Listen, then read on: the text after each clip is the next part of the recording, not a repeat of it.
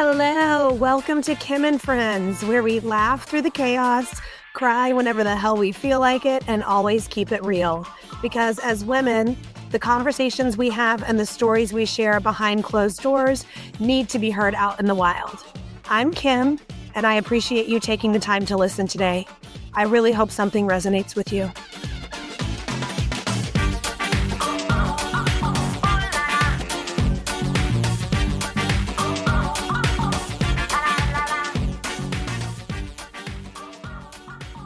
My guest on the podcast today is Sarah. Sarah is a mom to the beautiful artist Gray. She is a wife to Alana. She is an Usui Holy Fire and Egyptian Reiki master, and she also works as an admin project coordinator in the healthcare industry. But for the purposes of today's episode, her most important credential is that Sarah is someone I have the fortunate privilege to call my friend.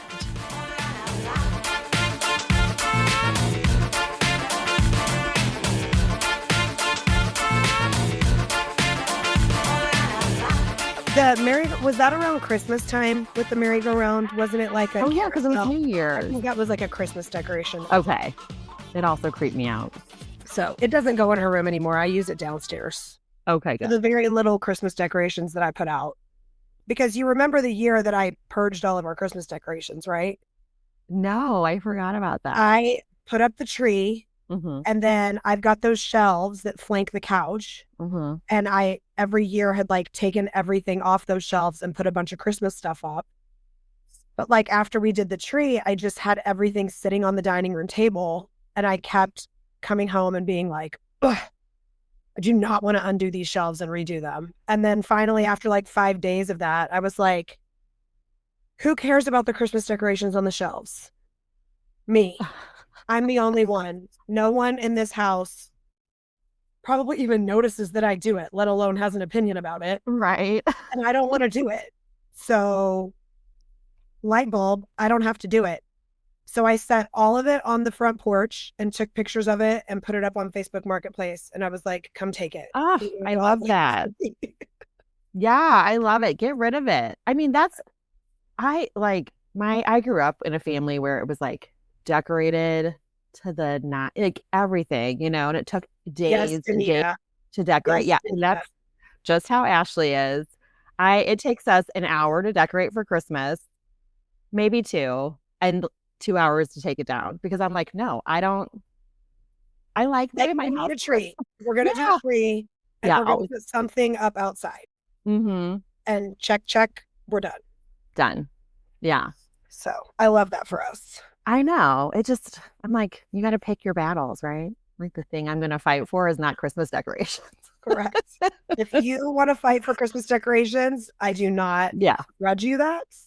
I do not want to fight for Christmas decorations. Okay. Well, we just jumped right in here. So I am going to kind of catch everybody up. Hi. Welcome. I'm happy you're here.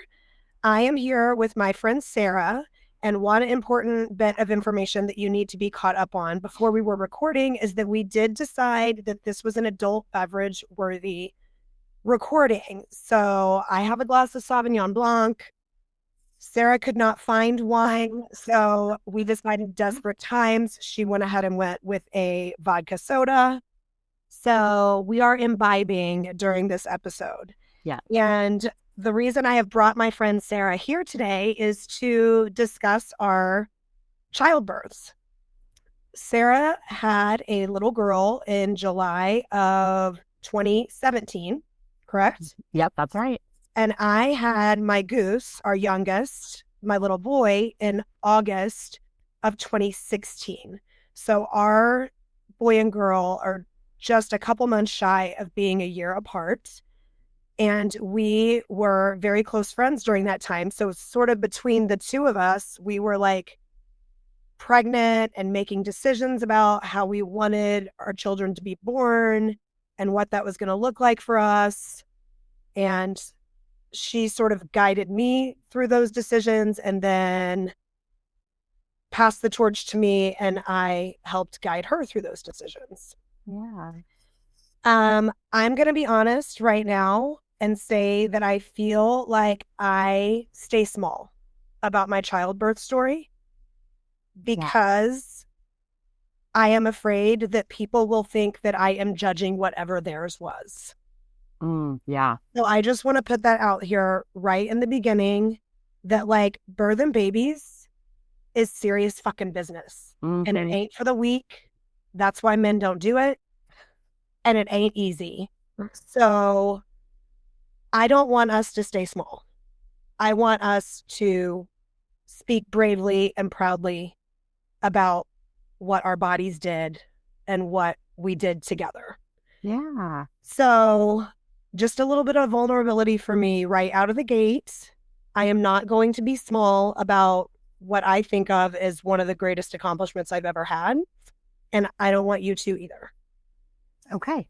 I love that also because I love that you just said that right away. So like, because it's like you grew a human and then you birthed that human. However you birthed them, you fucking did it.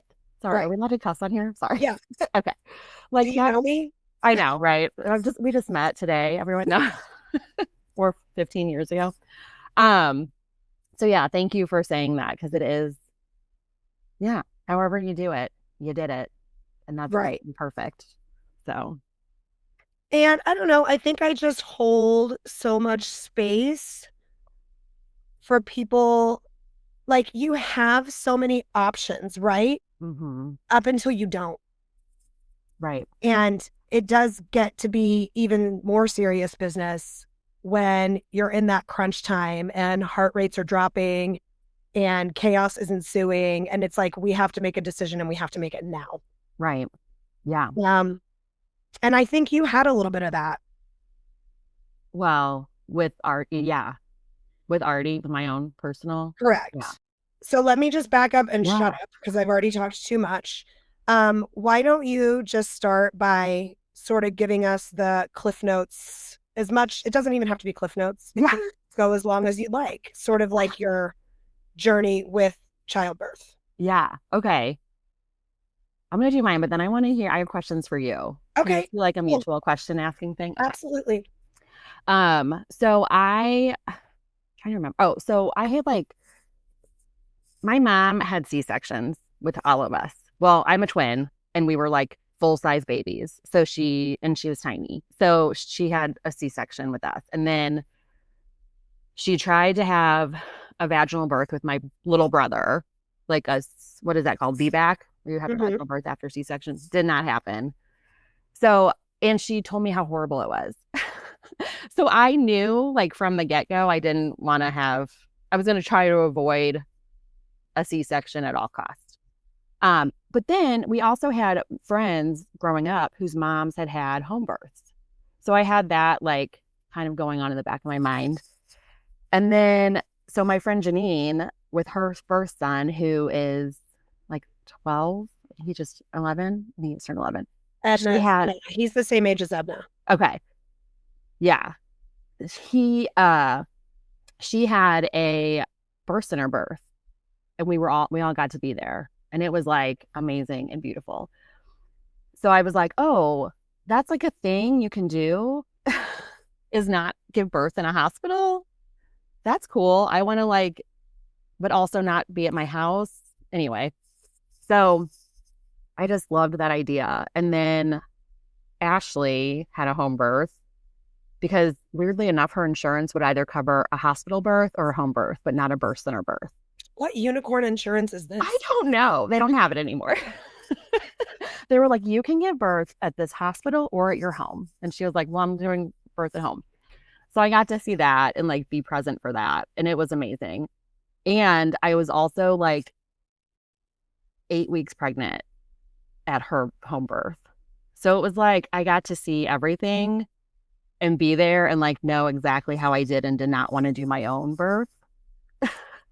That's so major. Yeah. I feel like we need to take a pause for that because the way you feel when you're 8 weeks pregnant is horrible. And the hormones that are coursing through your body and the way you're trying to process everything your body's about to do and then you're in the room. Yeah. And seeing it happen for your twin sister who's already this. I mean, we're super sneaky amount of close. Yeah. That's cool. That's super cool. So when I got to see also her postpartum experience with the midwives that she had was also beautiful and something that I wasn't like, also didn't realize was like a thing. I was like, oh, you have a baby and then the doctor sends you home and you're done. Well, with midwives, they're like, oh, there's like aftercare, like where we come to your house or, you know what I mean? So I got to really like fully, like think of, plus I had 9 more months to go. So, or 8 more months to go, so I'm like, oh, I can like take my time to think about just wrapping around that. Yeah.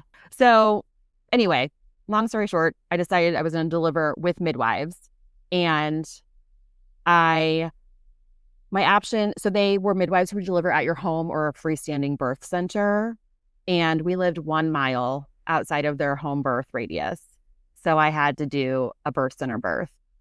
And it was like a 40-minute, it was in O'Fallon, Missouri, and we lived in South City. So it was like 40-minute drive each time. Yeah. So I feel like that makes that whole decision about like when we go, like how soon do we need to leave? How long can I labor at home? Like that brings a lot more to that decision when you have a 40, like how do you know 40 minutes before? Right. Like now it's time to go. Yeah. Which I think thinking, so I mean, thinking like there's so many things I would have done differently had I known how it was going to go. But I did, to get ready for birth, I did Hypnobabies. Did you do that? Or do you know about it? Okay. It's like it's amazing. Hypnosis for your birthing time. And so I had like my music, like, I don't know. I had this whole plan. It did not go the way I planned. But, so anyway, do you want me to tell you like the birth story, like how we ended up? Sure. I love that. Okay. So I think it's strange. I don't think you and I have ever just like sat uninterrupted and discussed it in this way. No, I know. I don't think we have either, which is weird. I know. There's always someone trying to get in our way. Yeah. Okay. So the birth of Artist Gray started on Thursday, July 6th in the morning at like, I got in the shower and I was like, oh, that was weird. Remember that feeling when you're like, what was that feeling? That's not normal. Yep. And then it kind of kept happening, but I was like, I'm going to ignore it. Did you ignore all your ignoring everything? Well, with both of mine, my water broke. Okay. Oh, it did. Which like right away. Like a gift. It's such a gift, especially with your first one, because you're like, how will I know? How will I know? How will I know? But with both of mine, my water broke and I gushed out water that was clearly not pee and not from my pee hole. Yeah. And it was like, okay, shit's going down. Yeah. Okay. I spend so much time worrying about how will I know. But for me, it was obvious. Very quickly extinguished. Yeah. It's like, no, now it's happening. Yeah. Okay. So that happened to me, except, so I went to work. So I had started labor, like birthing time, contractions started, and I ignored it and I went to work. And then I was at work for like, I don't know, an hour. And I was like, I can't do this. I was sitting in a chair. I was like, I got to leave. So I called my boss and I was like, I'm done. And he was like, okay, call me when you have a baby. And I'm like, okay. So I leave and I go home and I'm still like ignoring it. But I had called the midwives and they were like, oh, okay, well, take your time. And, whenever you feel like you're ready to come in, let us know. And I'm like, okay. So I go about my day because nothing's happening. It doesn't feel like the right time to go in. And then I want to say like I ate dinner that night and tried to go to bed. Because I was like, I'm just going to go to sleep. I can sleep through this. I'm pretending like it's not happening. So I go to bed.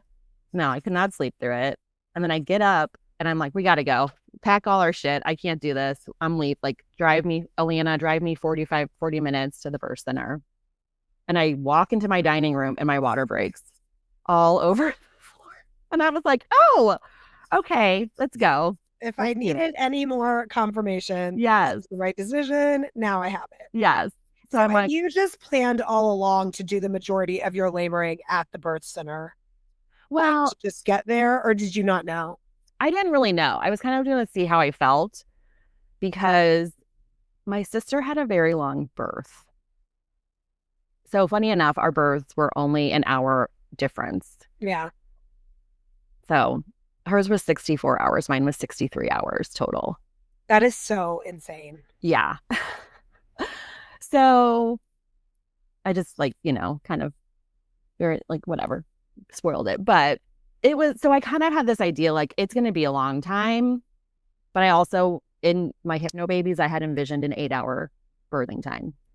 Like I was like, 8 hours. I'm going to do this for 8 hours and it'll be done. That's not how it worked. So my water broke. We drive there. We get there.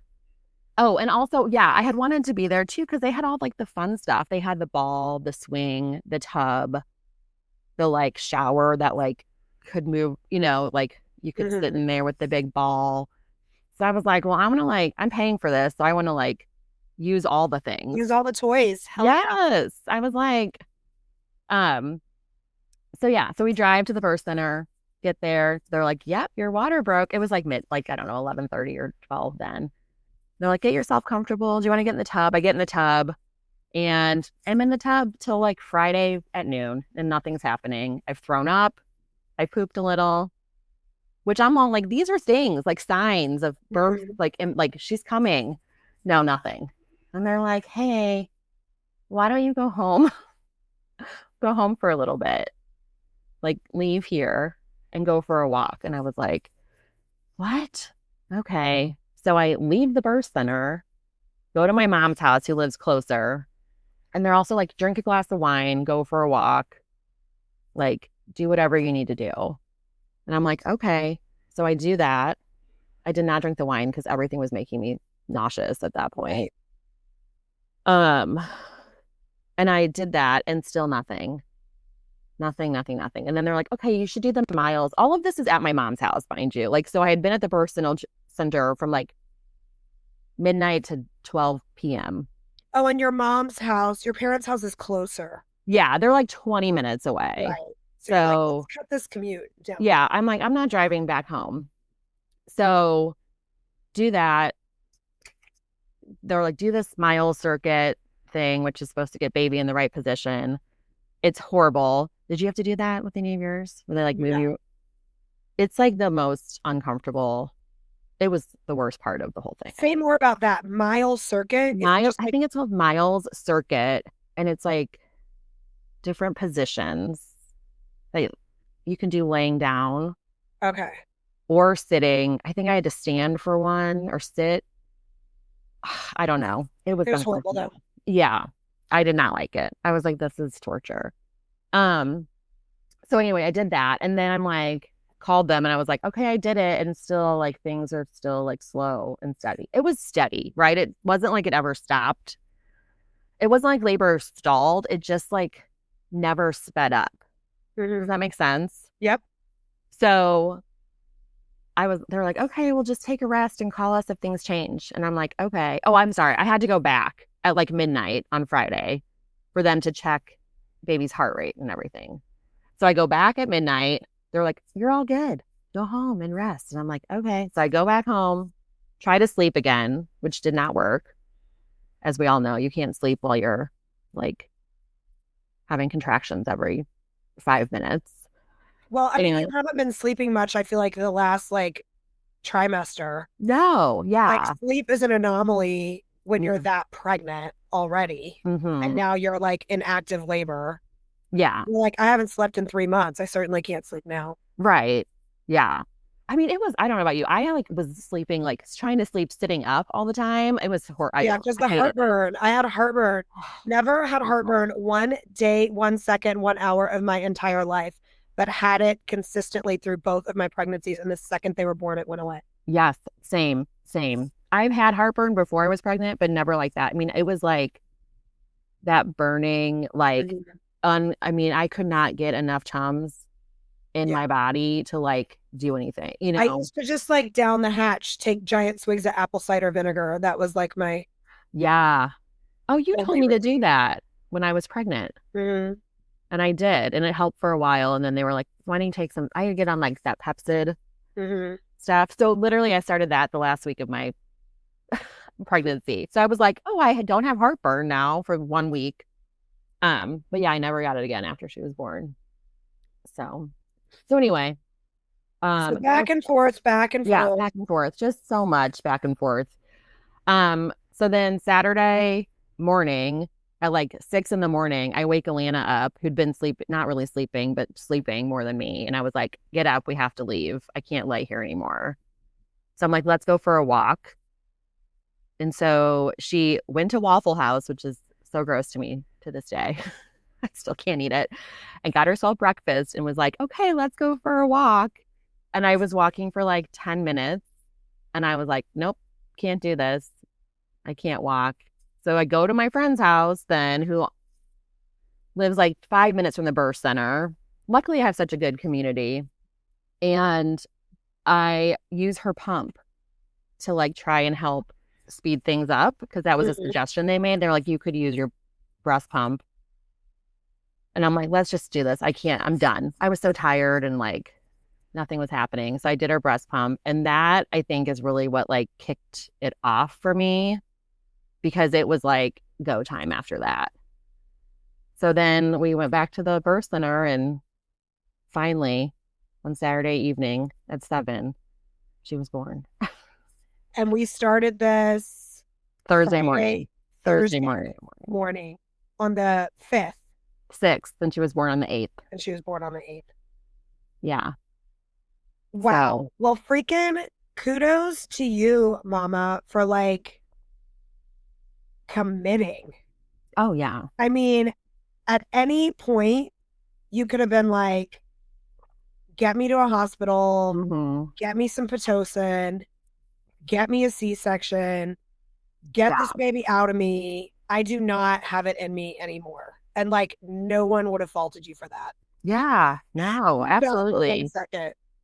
Well, one of the nurses, so the midwives work with nurses. I don't know if people know this, but it's like at the birthing center they do, right? Yes. Okay. There's like a midwife and a nurse.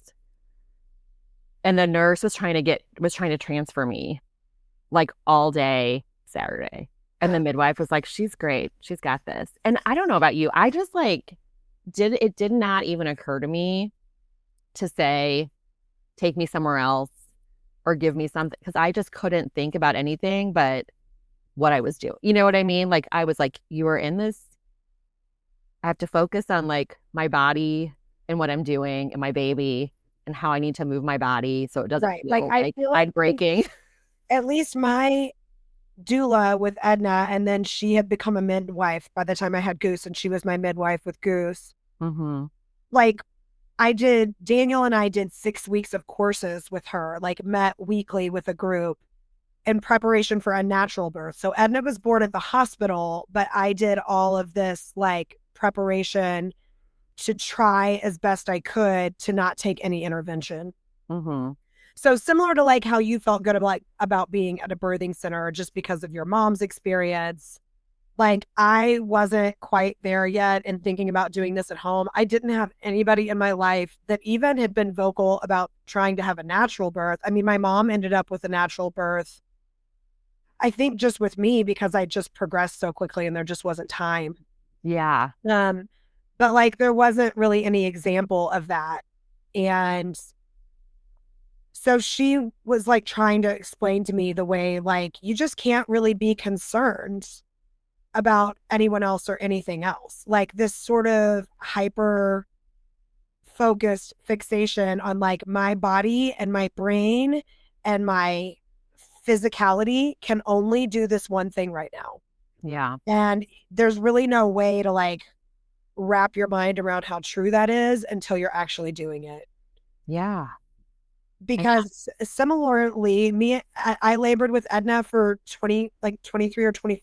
My water broke at like 2:15 in the morning, and she was born at like 1:15 the following day. So it was like 23 hours. And I feel like people are like, holy shit, that's a long labor. Yeah. So when you say like 63 for you and 64 for Ashley, it's like, I remember my doula telling me, and maybe it had to do with like the rules in the hospital, I don't know, but we hit like kind of maybe that 20-hour mark. And she was like, I don't want you to get caught off guard. we might have to start thinking about some sort of intervention. And one odd thing that I have never really heard from any other woman is that I never had the urge to push. Like, oh, really? I did with Goose. With Edna, they were like the way they're like, you're just gonna know. You're just gonna feel like. I never had the urge to push, but they were like, you're pushing, honey. Like, she's there, she's crowning, it's happening, you're pushing. And I was like, okay. But that was like an interesting little thing with Edna. So you just waited until they told you to push? Because you didn't try to push on your own or anything before they told? Yeah. No. See, I didn't either, because I had seen that go sideways where you push forever for like hours. And I was like, that was a big difference between having Goose at home. Like Edna, I don't know. Cause like you said, I was just so focused on like, you're exhausted and but I did sneak snacks in. So I was, yeah, girl, in there. I love it. But you're so like, and also just your concept of time is so screwed up, because 30 minutes can feel like 3 hours and 3 hours can feel like 3 minutes, like all in the same breath. But now looking back, there must have been some sort of rule about like how long they'll let you. Maybe it's official. Maybe it's just an unwritten rule. Maybe my doula just knew like they're going to start really pressuring her. And I want her to feel some semblance of control over this situation. Like, so I think they called, it wasn't even my OB. My OB was out of town because I went early. So it was like the doctor on call for like my OB's office. And she was like, it's time to push. We got to push. We got to go. And there did start to be like this urgency. And I didn't push for that long. I want to say it was only like 45 minutes. Yeah. And her collarbone her shoulder did get stuck. She did get ripped out of me by the doctor's hands. And I was like doing good. I was like not tearing, like things were going good. Everything was fine. And then once that shoulder was stuck, it was just like all hands on deck. And she just like ripped her out. And I was like, and I just ripped.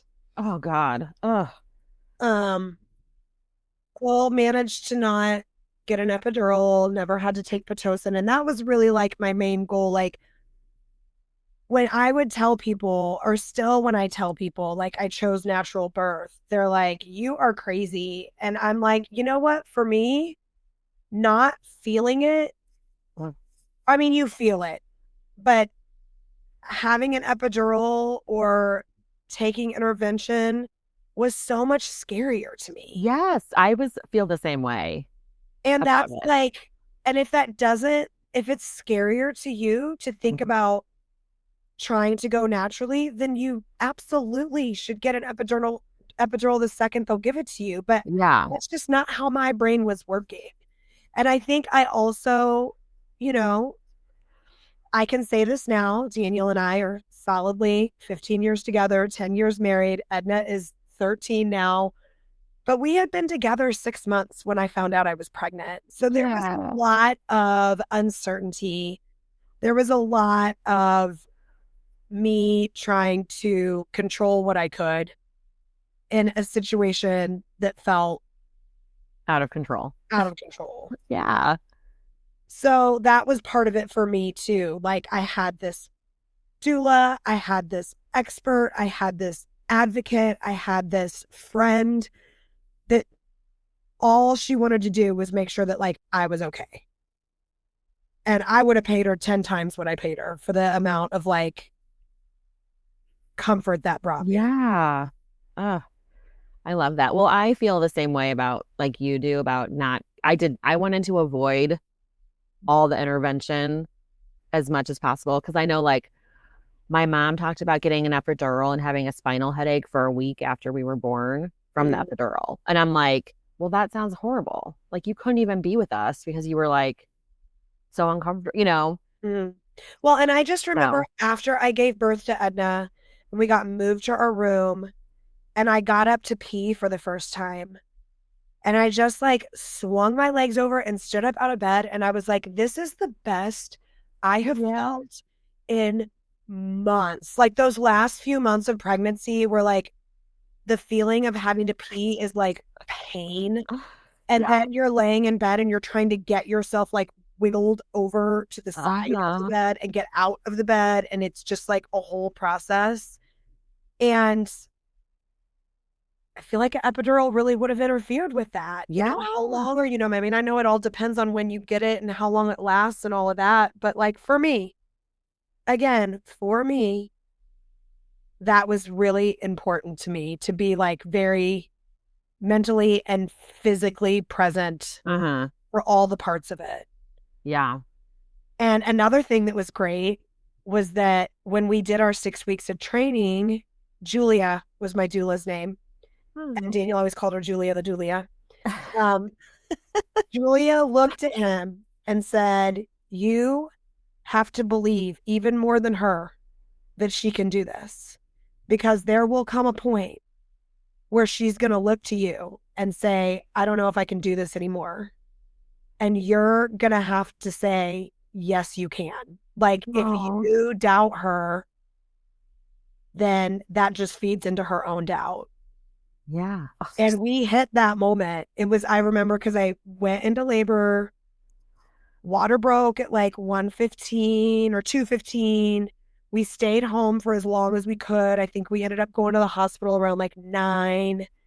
And then I labored for 12 hours before I let them check me. Good. And when they checked me, I was at 4 centimeters. Ooh. And I looked at him and I was like, I don't know. I don't know if I can do this. And he was like, the fuck you can't. You got this. Yeah. Oh. And it was like, okay. And we just like went right back into it. Yeah. Yeah. Oh, God, this gave me chills. I love that. And I don't think I got checked. They checked to make sure my water broke and then there wasn't, like, what's it called? Poop? But what's like, starts with an M. Yeah. Meconium? Anyway, like in the fluid that I was discharging. But that was like the only checks I had. But another reason, I have to say this also, she was talking about the intervention part and like getting like meconium, MECONIUM. Yeah. Yeah.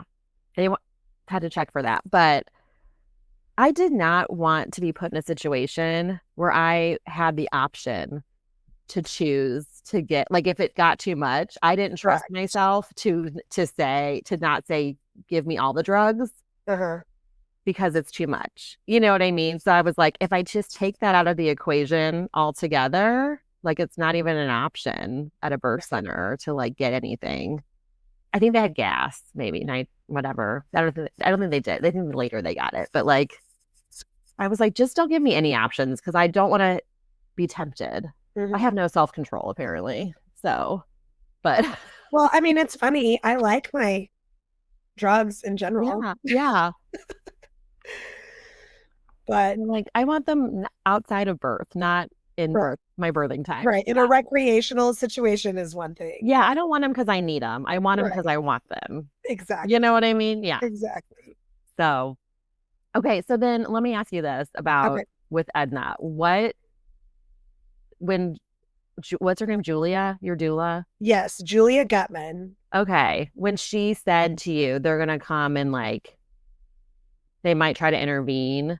What did you do? Were you like, fuck no? Or were you like, they never came to me.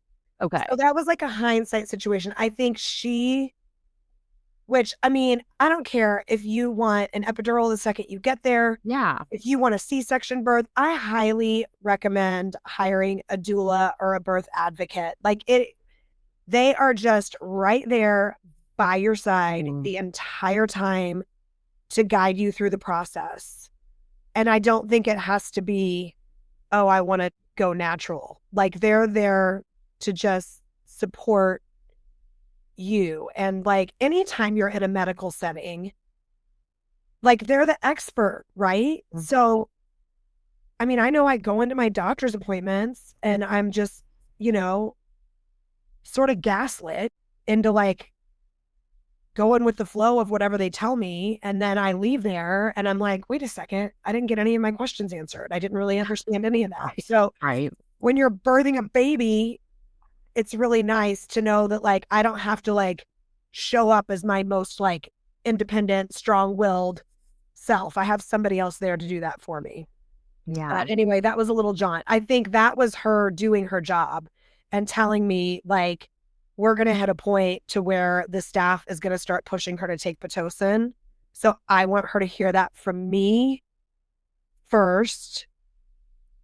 And then it just never got to that point because I was like, I mean, at this point, who knows? Like, again, time was like a weird word, but it could have been at like the 20-hour mark, 21, I don't know. But I was like, I have not done all this fucking shit for the past 21 hours just to take something now. Like, yeah, right. And me and Daniel had that little come to Jesus at like 9 p.m. And I had pushed past that for like another 6 or 8 hours. Like, I'm like, now? Yeah. That seems dumb. Like, the baby's okay, right? Like, I'm okay. Like, if she's okay, I'm okay. So they never really did do that. That never, and I've cycled through. I mean, I don't even know, like 24 hours, there was at least like 3 different shifts. Yeah. Of people that came through, but no one ever made me sedate. Like they didn't make me keep the stuff on. I was able to move around the room when they had to check the baby because the hospital does have guidelines about like how frequently they have to check. She would just, if I was bouncing on the ball, she would come over to me on the ball. If I was on all fours, she would climb up underneath me and get where she needed to get. I love that. What hospital was this? Because that's not the story. Okay, that's amazing. Well, they have a birthing center there now. Yeah. Yeah. I think this was like right on the cusp of when hospitals started getting birthing centers. Yeah. My midwife that delivered Artie is now at Missouri Baptist, at least last I heard, at their birth center as a midwife. That's awesome. So, yeah. I mean, I think the grand, like, overarching theme of what I want women to know is that you have options. If you've been going to the same OB since you were 13 years old and they were your mom's OB and they birthed you, like, and that's the path that you want, then take it. Mm-hmm. But like, maybe that's not for you. Yeah. And that's okay. Yeah. Well, I love that you say that too, because I think we as Americans, at least in our society, I don't know, the people I know, I feel like we forget that we have options, like, especially medically. Like, the beautiful thing about being a human is you can always change your mind. Right. And that includes with how your medical care is, like how you're getting medical care and who you're getting it from, because you can change it you can always go for a second, third, fourth, fifth opinion if you want. That's your right, you know? And like, you want to like, let's say you start, like I did not start with midwives immediately. I was with an OB at first and I had to get on progesterone, which I think you had to with. I was on progesterone with both my pregnancies, and I'm on it now. Oh, yeah, but for different reasons. For different reasons. Less painful reasons. Correct. Less heartburn reasons. But yeah, and they would not give me progesterone. They were like, nope, you just gotta, your body will either do it on its own or not. And the midwives were like, oh yeah, you should be on it. Here's this, you have to go get it. This like, they wanted me on this like suppository one. I had to get it from like a compounding pharmacy. And I was, as soon as my OB, who I loved and thought was great, said that to me, I was like, we're done. I can no longer, you are not the person I want advocating for me or helping me bring life into this world. So this is interesting because this is sort of how I came around to having a home birth with Goose, because I had the OB for Edna. I had a doula. My doula was familiar with him. She had done births with him before. Everybody was on board with what my plan was going to be. I felt really good about still delivering at a hospital. And then when I got pregnant with Goose, I went back to that same OB And I was 34, I guess, because I was 35 when he was born, and he called me a geriatric pregnancy. And I was like, hell to the no. Like, I'm not going to be treated like I was in much better shape. I was much healthier. Like, when I got pregnant with Edna, like I said, me and Daniel had been together 6 months. We were like in the thick of our like party era, of our like burning the candle at both ends. I was smoking a pack of cigarettes a day. I was drinking like a fish. Like, Daniel literally was like, "Are you going to be okay? Like, you like to party." And I was like, no, dude, I've been looking for an out to all this. Yeah. Like, I know. Got the out I've been needing. Like, it's been old, it's been tired, and now I actually have like a legit reason to shut that shit down. So which I love that. 5 years later, and I'm like, I was really healthy. I was in a really healthy place. And now this same doctor is like treating me like a geriatric pregnancy. Yeah. And it just like put a sour taste in my mouth. And I reached out to Julia, and she had become a midwife, and she was like, instantly was like, well, this is a home this time, right? Like, I mean, it wasn't even a question. She was like, so home birth this time. She just like told you. I think she just assumed, like, things were so great with Edna, why would we not do a home birth now? Which, another thing to add, my OB didn't deliver Edna. It was a different OB, but she also came in the room the day after my baby was born, and because of the shoulder being caught, told me that she recommended that I have a C-section for my next birth. No. And she, turns out, was like a high-risk pregnancy, high-risk birth. That was her specialty. Well, because she yanks babies out by their shoulder. She was speaking from her perspective and from her. But like, that was terrifying to me. And I remember asking Julia, like, do I have to have a C-section next time? And she was like, what? Like, no. So then I called Julia, and she's like, so home birth this time. And I was like, oh, okay. Yes, ma'am. Let's do it. Which, I mean, she had presented the option with Edna, and I just was too scared. But with Goose, it was like, yeah, let's do this. So how far in to your pregnant? Because I remember you going to your OB with Goose. Like, because I had the IUD in. Yeah. I had a Paragard IUD in and got pregnant. So I had to go to my OB to make sure it wasn't an ectopic pregnancy, and hopefully to get it taken out. Like, sometimes they get shoved up in your cervix. So then they just stay in there until you have the baby. Okay. Because they can't get it out. So it just like slides out when the baby, before the baby. Yeah. You just birth the IUD. And then sometimes they slide down. I guess I got a loosey-goosey cervix. And mine slid down. So he was able to just like pluck it out. Oh, that's nice. And then just see that the pregnancy was actually viable. I think, I'm no doctor, but I think, like, if it moves out of place, then it's not blocking, right? So someone can get through and you can still get pregnant. I think there's a higher risk of ectopic pregnancy if you have the Meridian or a hormone-based IUD. Mine wasn't changing my hormones at all. It was only like just a block, and then it fell and it wasn't blocking anymore. Lots of doctors, all the billions of doctors that are going to listen to this episode are pissed off me, because I am not saying that's true. They can correct us.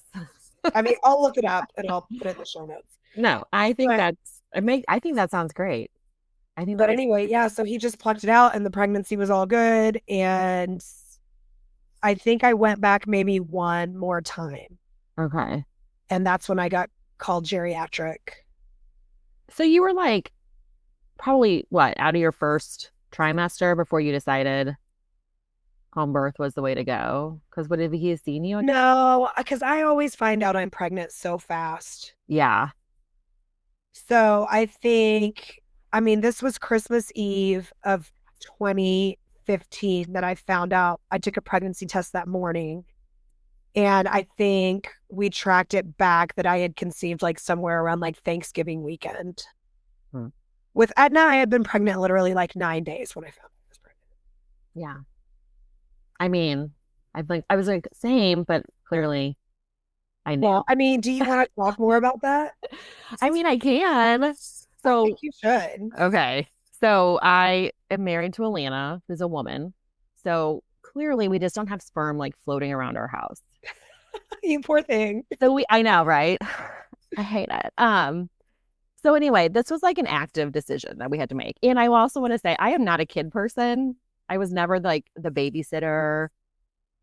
I never wanted to I still don't like to hang out with kids, really. I like my kids. Same. We are the same. I didn't even think I was going to have kids. Yeah.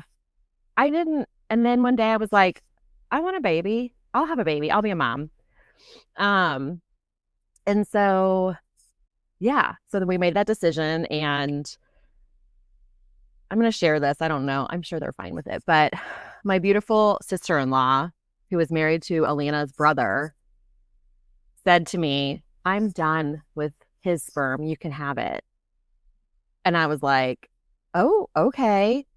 And thank God for her, because she's the whole reason why we even have a kid, and she was like, here you go, I'm done, because she had already had 2 kids, and she was like us, not great pregnant, like she was like miserable being pregnant, and then had not great births either. So she was like, yeah, fuck that, I'm never doing that again, but if you want some, take some before it's all gone. And I was like, okay. So yeah, that's what we did. And we Alana, we did it at home all by ourselves. And Alana, we got like a fancy syringe. People are like, a turkey baster. It is a larger syringe, but it's like a syringe without a needle on it. So it does look kind of like a turkey baster. But yeah, she did it at home, and she goes, okay, all done. Now you're pregnant. And I was like, ugh, whatever. Like, not thinking that it would work. And it literally worked the first time. Yes, and I did. Yeah. And I had never even had sperm inside my body before. So thank God for that. There might have been clarification, just so I think if you don't know this story, it might be kind of hard to follow. So Sarah and Alana are married. Mm-hmm. Alana's brother is Jared. Mm-hmm. So Alana's brother's sperm was used for Sarah and Alana's daughter. That I carried. Because people are like, wait, who carried? And I'm like, do you not know how this works? Like, brother and sister can't really have babies. Like, anyway. Right. So yeah, no, worked well, and I don't think Alana already had her hysterectomy too. Yeah, so that was the other thing. Another reason why she could not carry her brother's baby. Right, so you could carry your brother's baby because there was nothing to carry it in. And so that was another big thing for us, is like, she literally had her hysterectomy the year before we got pregnant. Mm-hmm. So she had her hysterectomy, and Alana's the maternal one. Yes, she is the mom. Like, she's everybody's mom. And I am like, everyone's like, can we go party, friend? She's Mama Bear Central. And you are a beautiful mom to Artist Gray, just for the record. But only to my own child. Nobody else. I don't think I'm to anybody else. Thank you. But yeah, that is interesting. And it's just, I mean, I love that you shared that story, because it is like, I'm like tearing up. Like, every time we talk about it, it's just the most beautiful story. And to see the 3 of you together and see Alana be Artist's mama is like, that's exactly what she is, and that she was like meant to that be. Like lack of ego between Jared and Susie and you and Alana, and the way it is just, and your openness with Artist about it too. Yeah. All the kids. So they have 2 boys who are technically Artie's half brothers. Mm-hmm. They all know, because, we didn't want to. Well, shouldn't they know? It's not secret. It's only weird if we make it weird. And let's not make it weird. So fuck it. We're going to tell you the truth. And we waited until they were like age appropriate. It wasn't like, right. From the get-go, we were like, hey, yes, so, but yeah. Okay, a little jaunt, but another thing that I feel like we need to talk about that I think is so beautiful about our little like symbiotic like friendship and existence is that I want to make sure I say this right. Sarah is a Pisces. Yeah. And she's married to Alana, who is a Cancer. Mm-hmm. And their daughter, Artis, is also a Cancer. That's right. And I am a Cancer. Uh-huh. And I'm married to Daniel, who is a Pisces. Mm-hmm. And our daughter, Edna, is also a Pisces. I love it. I know. I'm like, oh. We're all just swimming around in all our wateriness. Uh-huh. And then we have our goose.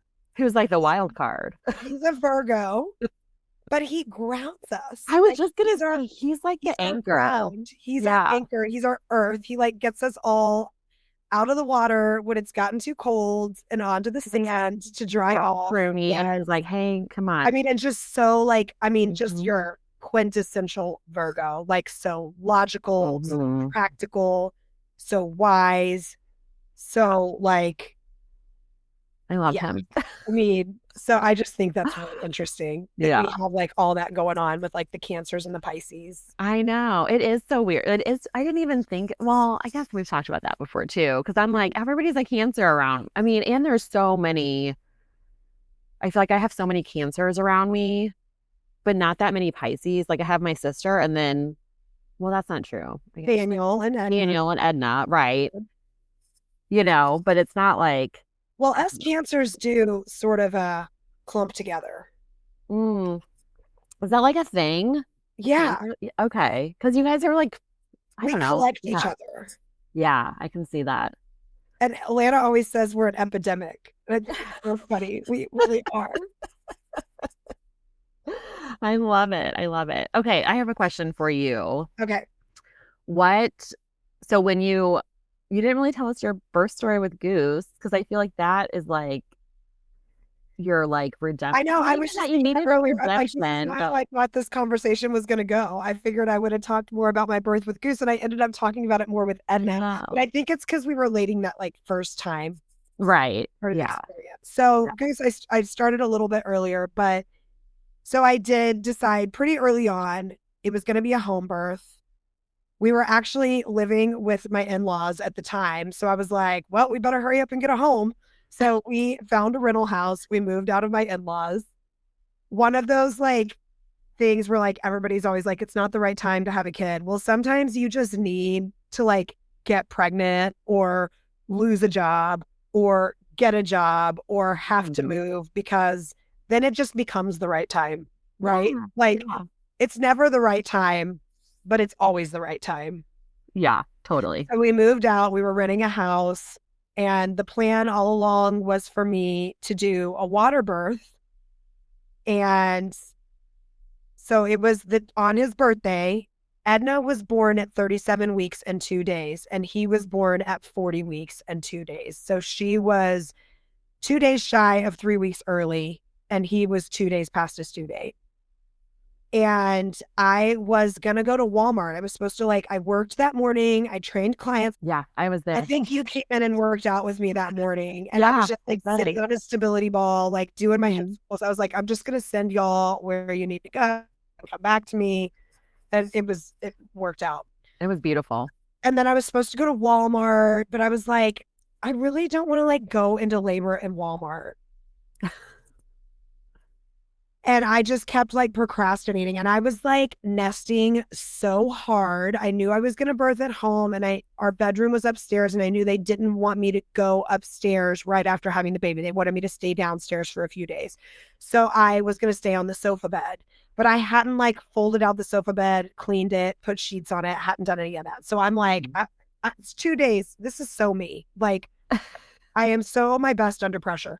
But so I was doing all of that, and I'm vacuuming out the sofa bed, getting it all set up.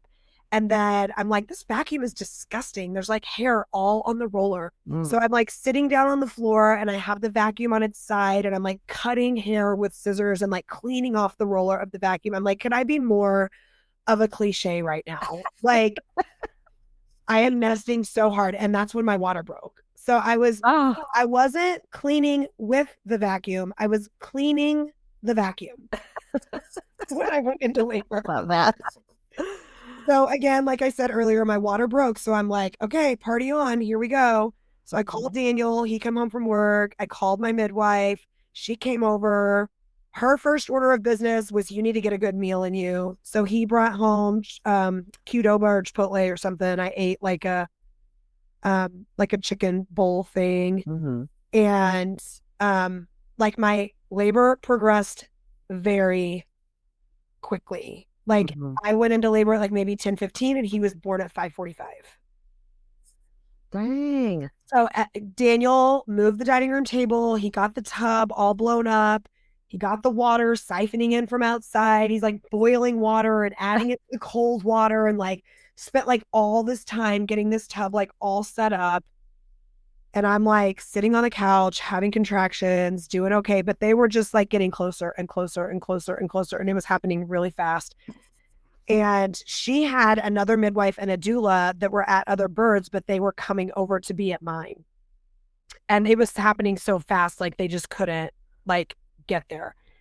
So she has me take a walk. I go outside. My poor neighbor is outside on his porch smoking a cigarette. And I walk like in front of our house and halfway in front of his. And I'm moaning like you've heard like the whales make noise. Like that's, I'm like, like I sounded like a whale in heat. I love it. But like, okay, this is enough of a walk. Not a block and a half, a house and a half. Turn around, waddle back in, stripped all my clothes off, got into the pool or the birthing tub, and I'm like, it's too fucking hot in here. I hate it in here. Oh. But I was just like, I'm hot. I'm like trying to stay in there. I'm like, kind of on all fours, like leaning over the side. And then got really scared. Like I transitioned and I remember just crying. I was like, and I don't remember ever being that scared with Edna. Yeah. And they were like, baby, what are you scared of? What are you scared of? I'm like, I don't know. I'm so scared. And then Julia was still there by herself. And I was like, okay, I got to get out. I was in there for maybe 15 minutes. Yeah. So Daniel probably took an hour and a half setting that bitch up.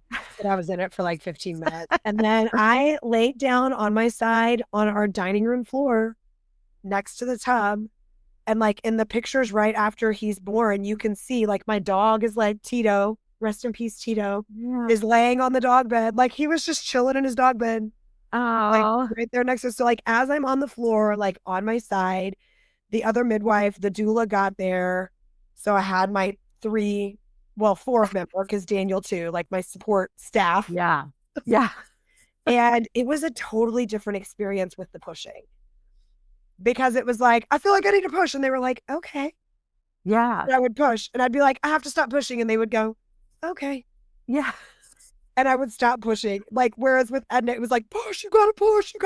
Right. It's like a panic. No one ever told me to do anything.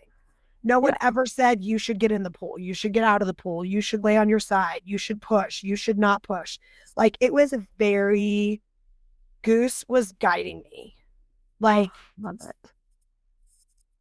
And I remember Edna, like the second they laid her on me, I'm like shaking uncontrollably from all the adrenaline. And I was just stroking her head. And it was like, we did this. We did this. We did it. We did it, baby girl. We did it. I remember like saying that to her over and over again. Like, we did it. We did it. We did it. And that's how it was with Goose too. Like Goose told me what to do. Mm-hmm. And I did it. And nobody else. Like, it was like the epitome of no intervention.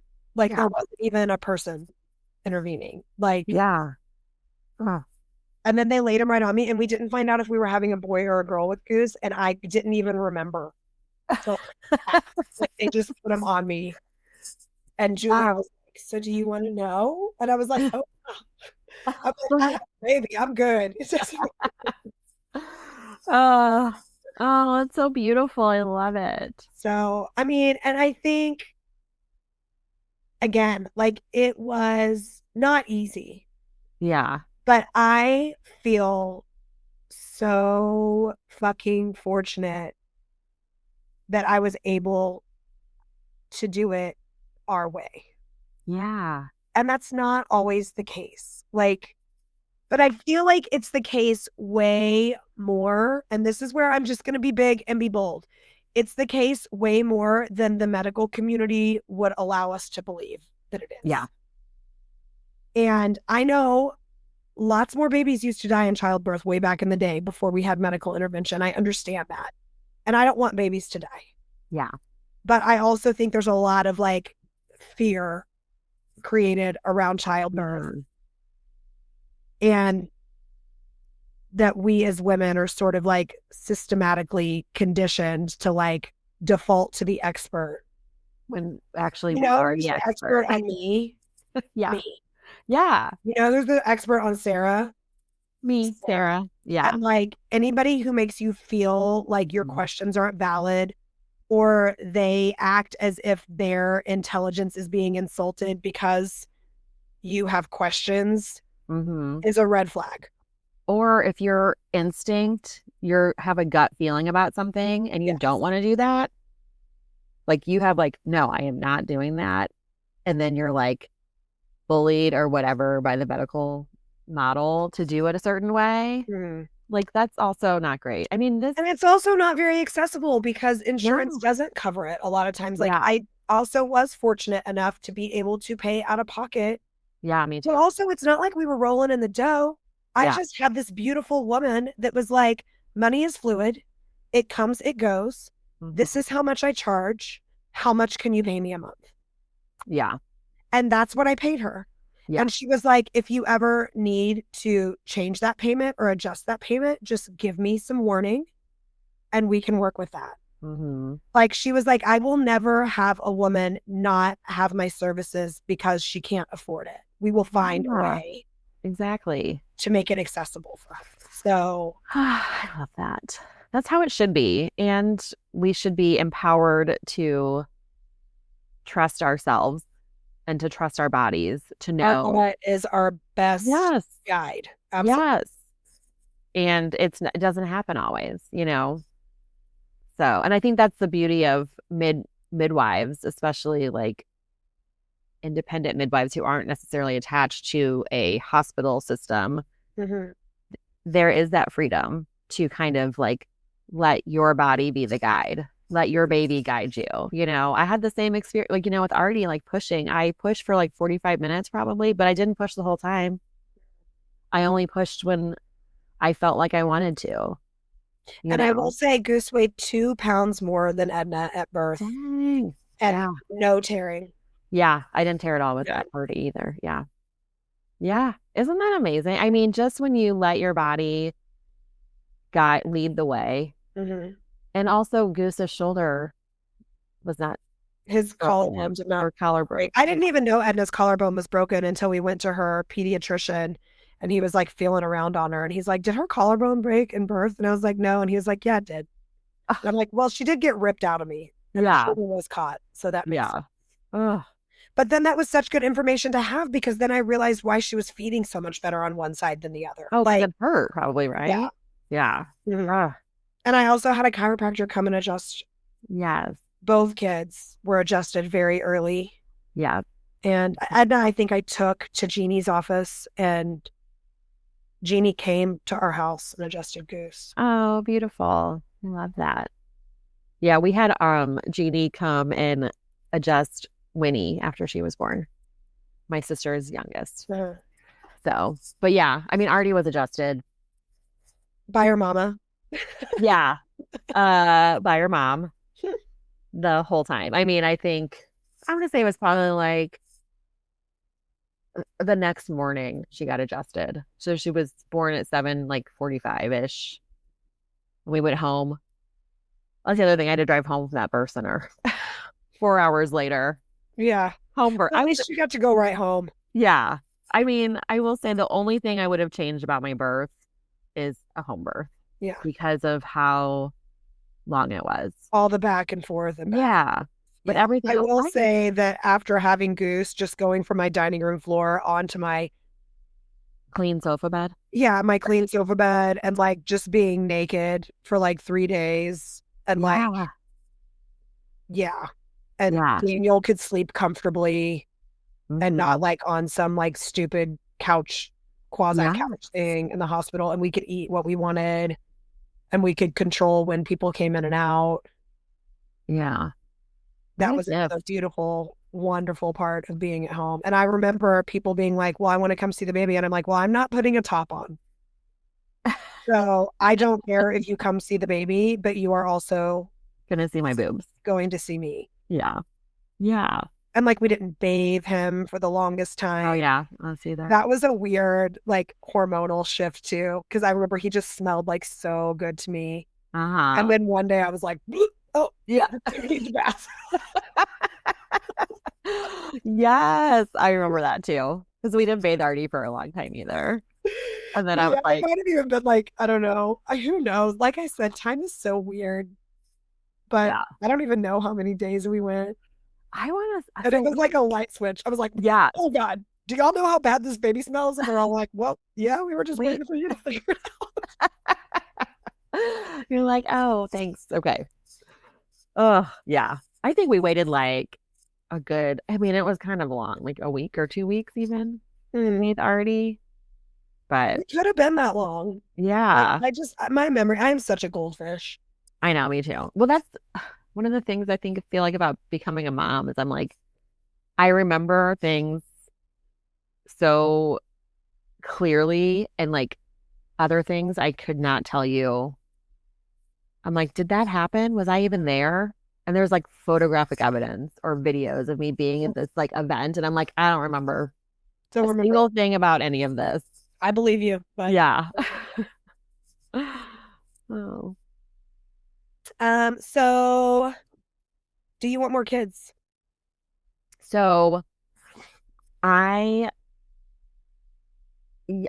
no, I do. The answer is no, I don't want more kids. And I was like, I don't know about you, but I had my period really fast after I had Artie. And I breastfed. I mean, I breastfed for 3.5 years with her. So exclusive breastfeeding the first year or, whatever. And I got my period literally 3 months after she was born. And I looked at it. I didn't get my period till wow. I mean, because I breastfed them both for a year, pretty much to the day with both of them. Yeah. And I feel like, again, I don't have that strong of a memory, but I feel like it was like 8 months or so before my periods came back. I thought for sure I would have at least 6 months without a period after I had her. No. It was like 3 months, like 12 weeks or whatever. No, 9, I don't know. I can't do math. What's 4 times 3? 12? Yeah. 12 weeks to the day, basically, after she was born. And I was like, I feel like I just stopped bleeding postpartum. Right. And now I'm like, so anyway, I turned to Alina and I said, if we're having another kid, it has to happen now. Well, I'm still high on all this oxytocin from birth, like this like beautiful birth I had and like breastfeeding all the time. I was like, if we're going to do it now. And she was like, let's try and like raise one kid before we do another. Right. And I was like, okay, fine. And then that was it. We're not having any more children. I'm 42 now. I was also older. I was 34 when Artie was born. I was probably, your doctor would have thought I was a geriatric. Yeah. Us little geriatric mamas. Look at us. I know. I know you guys are done, but would you have had more? Or were you like? No, again, I realized what a fucking blessing it is that I did not have to try or plan or work to have kids. But we had to that just like forced their way in the most loving way. Yeah. Like we knew we weren't being careful when I got pregnant with Edna and I was 29. Like I knew how it happened. Yeah. So like, was it planned? No. Was it a surprise? Also no. Right. Yeah. Yeah. I mean, I had been bodybuilding. My periods were so irregular. I think we were using spermicide sporadically. When you remembered. Or I would like maybe pop a plan B here or there when I would be like, oh shit, I think we were a little loosey-goosey last night. But I also wanted to have his babies and we weren't 20. Yeah. And I knew I wanted to have his babies. Like I never wanted to have babies at all. And then if you know me, you've heard me say it. Like I fell into I want to have your baby's love with Daniel. Like I saw a future. I saw, like, I never knew what that meant until him. Yeah. And again, I am good in crisis situations. I'm a procrastinator. I'm my best under pressure. So you throw a curveball at me and I am going to perform at my highest and I am going to do my best. So planning a pregnancy is just not my personality. Yeah. But you're pregnant, you got to quit fucking smoking. You got to get your shit together. You got to, like, I can do that. Yeah. I can get my shit together real fucking fast. So anyway, that was the situation with Edna. With Goose, we were living in his parents' house, definitely in a better place in our relationship-ish. Yeah. I mean, we had different problems, but we were more solid with each other. But we were in transition. You know, we had moved home from Wyoming, living in his parents' house. I had an IUD still. Like, clearly we're not. But I did want to have another baby because I had done my last bodybuilding competition that I'd ever done. And I was like, dear God, I just need my body to do something that does not have to do with how it looks. Like, I need my body to just do something. Yeah. To rip my focus. Again, like, I need, like, big changes. Big stuff. I'm like, the best way for me to get over whatever body dysmorphia and eating disorder this bodybuilding has given me is to get pregnant. And then I will be healthy and I will be smart and I will be wise. And I think I manifested it. Yeah. So it's like we would never plan. Like, we would have never planned to have another kid, but we were like, we feel finished. Yeah. And I was having horrible periods. Oh, no, Daniel got a vasectomy. Daniel got a vasectomy first. I don't remember what year. But we were like, no, we both feel like our family's complete. Like, this is it. Mm-hmm. I'm, you know, getting up into my 40s now. You're getting up into your 40s. We have these 2 beautiful kids. We have a 3-bedroom house. Like, perfect. Yeah. And then I ended up getting an ablation because my periods just got worse and worse and worse. So when you get an ablation, you can't sustain a pregnancy. Yeah. So we had already decided, but then the vasectomy and the ablation sort of finalized that decision. Yeah. Yeah. I mean, because I feel like I mean, I don't know. I feel like you would have had something happen and you would have gotten pregnant again. It would have been perfect also. Exactly. You know what I mean? Like, you're just that person where it's like the universe provides exactly what you need for you. And then it doesn't when you don't, you know what I mean? The universe and also just my people. Yeah. Like, I am in such a safe, like, I feel like all of my people are just like this warm hug around me. Like, my mom, my in-laws, my sisters. Yeah. And that's just my family. Uh-huh. That doesn't even include, like, the whole reason I started this podcast and all of these, like, beautiful, wonderful, magnificent people I've collected that just, like, show up for me and I show up for them, like, time and time and time and time and time again. Like, what did I do in a previous life to deserve this? Like, lots of good stuff, I think. I just love the way we all, like, care for each other so deeply, not just with our words, but with our actions. Like, if I got pregnant right now, it would be fine. Like, I am enveloped in such a, like, warm, like, no matter what happened right now, my people are going to hold me up. Absolutely. Yeah. Yeah, I feel the same way. So we had to, like, technically plan ours, but I still pretend like it was a surprise. Mm-hmm. I just always thought I would get pregnant on accident like everybody else. Mm-hmm. You know, that's not how it works. Even with 2 ladies. Yeah, I was like, if I'm going to get pregnant, it's going to be on accident because that's how you make a baby. It's not on purpose. And so I was like, it's a surprise. I was shocked that I was pregnant the first time, you know? Well, I think it is shocking that it was so seamless and was Again, the word easy doesn't seem like the right word, but, like, y'all, like, made a plan and you did it and it worked. There was no, like, multiple tries. Yeah, no. And I'm so thankful for that. But I am also the same person as you, where I'm like, I'm not going to stop doing something unless I'm like forced into it. And we were in the same boat, like party, smoking too much, drinking every day. Like, I mean, I was 34. Like, I was like, get your shit together, Sarah. This is gross. Like, I was like going out five nights a week. There's only 7 in a week and I worked full time. Like, so I think if it works for you, great. Yeah. Like, we both clearly were like ready to be done with it. We were ready to put it down. Yeah. And I had done that for a long time. For a minute. So, yeah. But then our kids can grow up together and then we can do it again. I know. I love it. So when are we going to tell Goose and Artie that they are already...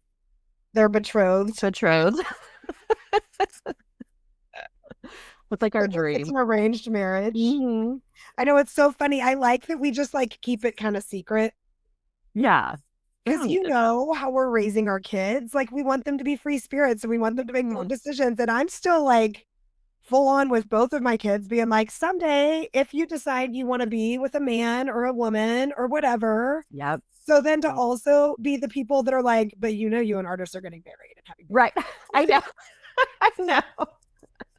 I'm like, Artie, you should just be with like, whoever you love is who you love. We like find yourself in the car discussing like polyamory and how that's like a perfectly healthy option. Oh yeah. Everybody consents. Yes. But it's like not Artist and Goose. Yeah, no. They are going to be the conventional family. Yeah. Dog. 2 point or whatever it is. And like, a white picket fence and 2.5 children. Yeah. Oh man, I love. We'd just be so damn good at it. Oh, I know. Oh my gosh. But then Artist is also going to have to be. I mean, she already is. Like, she's going to have to be in all her witchy ways. Yes. Oh yeah. But Goose can just. He's grounding everybody. He's like holding her down. He can be the grounder. He can be the financial backer. Yeah.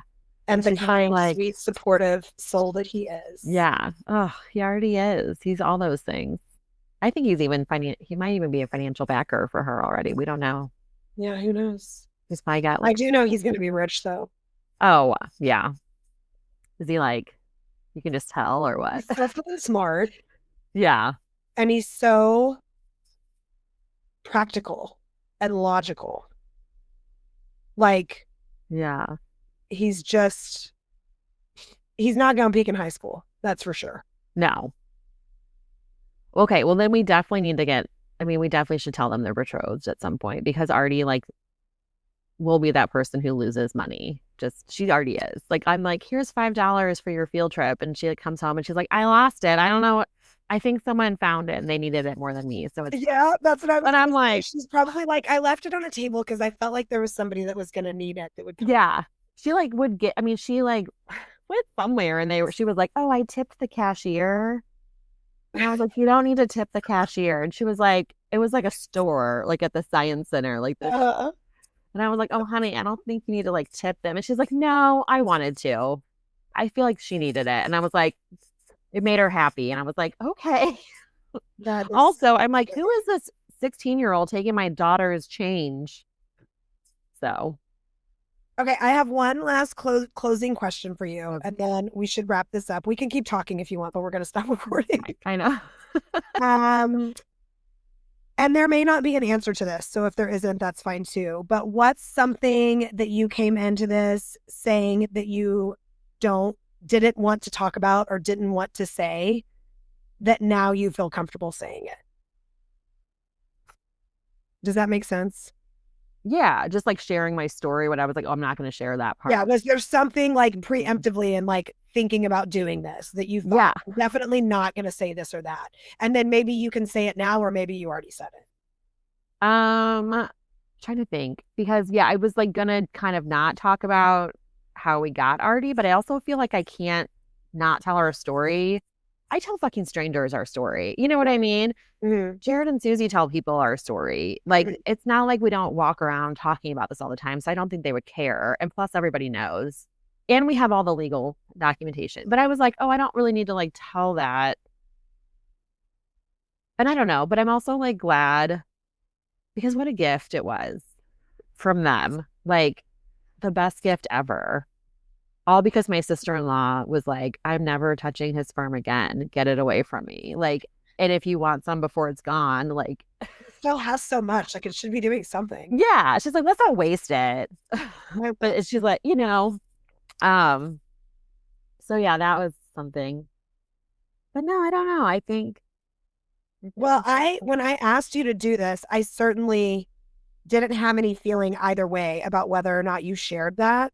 And I guess I just kind of assumed you wouldn't, which seems kind of dumb because I already knew all that. I already knew how open everyone is about it and how it's, I mean, I think the biggest thing would be like if Artis didn't know and then she like overheard upon this. Yeah. And like that's the way she found out. Like that would be like the most traumatic. Like other people knowing that you don't even know, like who cares what their opinion is? Yeah, I don't care. But yeah, no, she knows. And I think that's so funny that we both had the same like kind of thought, like, oh, that's probably not where this is going. And then that's where it went. Well, and also just that I was like, oh my gosh, I've talked so much more about Edna's birth than I have about Goose's. I know. Well, I loved that because I feel like, I don't know. I don't know if you feel this way or not, but I feel like you talking about Edna's birth first and then Goose's birth was like a big fuck you to that OB that was like, you're going to have a C-section because you clearly did not. And his shoulders are fine. His collarbones did not break. You know what I mean? She specifically told me, I know that women that have larger hips think that means that they have birthing hips, but that's not always the case.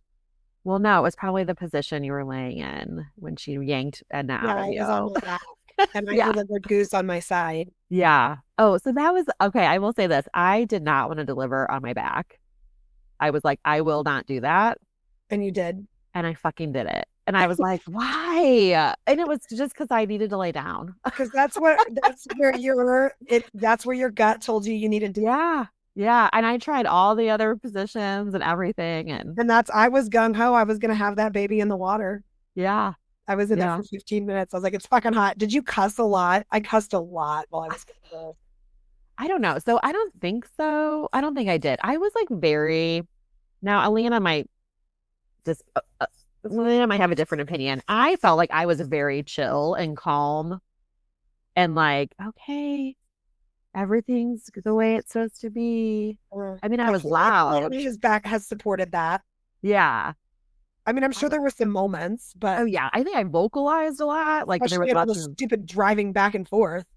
Oh yeah. Oh, I will say, I think fucking just get me somewhere. Yeah, it was horrible. I do know on the way to the birth, our final time going to the birth center before she was born. So that was our 4th time going there before she was born. I was on hands and knees in the back seat, like facing backwards, holding on to the seat and cussing really loud. Oh, Jesus. And then I got there and I was like, I'm fine. Like everything, I just calmed down and I was like, okay. With Edna, they had a mirror and they asked me if I wanted to see. And I was like, no, I don't want to the fuck out of me. Yes, no. Okay, they did not have a mirror, clearly at the birth center, but they were like, oh, everyone was like, oh, reach down. Because there was 7 people at my birth. So I had a midwife and the nurse. Crowd.